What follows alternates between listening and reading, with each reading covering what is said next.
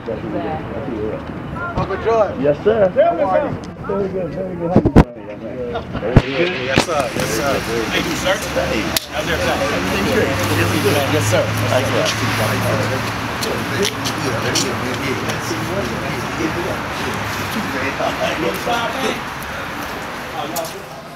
The movie Cadillac Records was a depiction of a record label here in Chicago by the name of Chess Records. And I was an 18-year-old driver of a Cadillac for Billy Stewart. I drove Etta James. I drove the Dells. That was like the beginning of me being exposed to the business. And in those days, it was a unique thing. For me, it was like running away to the circus. These were the days of the original Regal here in Chicago on 47th, and back then it was called South Parkway. The Apollo in New York, the Uptown Theater in Philadelphia, and the Howard Theater in D.C. And these were like the palaces of black entertainment in those days.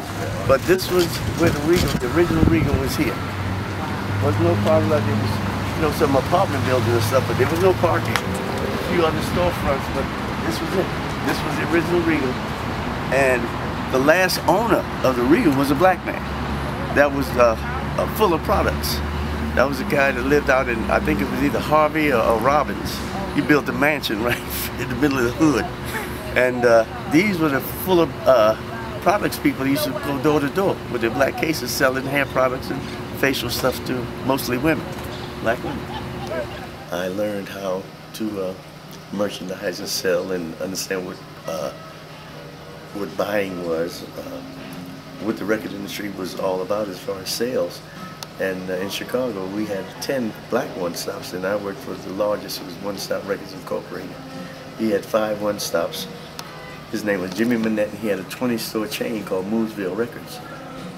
And I eventually wound up managing one of the stores, and one thing led to another, and eventually I wound up opening my own store, George's Music Room, back in about 1969, 1970, on the west side of Chicago. One thing for sure, because of my background with my family, my father having restaurants, my brother being in private practice, coming out of medical school as a dentist, my grandmother had a place. So I was exposed to entrepreneurship at a young age and the disciplines that it takes.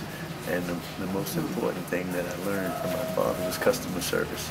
And I think we've lasted so long because of my appreciation of the customers and my appreciation of what I do. The music business I love, and it takes a work ethic and it takes a like of people. Originally, this was the mural that was in the Blues Brothers movie, and where they did the dance scene, which was done right here. This is 47th and Prairie. And years ago, my dad, we had a restaurant right across the street there, 229 East 47th Street, and it was called Mr. D's Corned Beef House.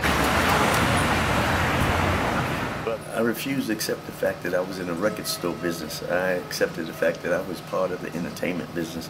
So I got totally entrenched in it with all of the different conventions that I attended, because at one point, the Jack the Rappers, the BREs, the Urban Networks, the Impacts, I would be the only store owner at these conventions, because it was like not that we weren't welcome, we just didn't participate like we should have, and I started a movement.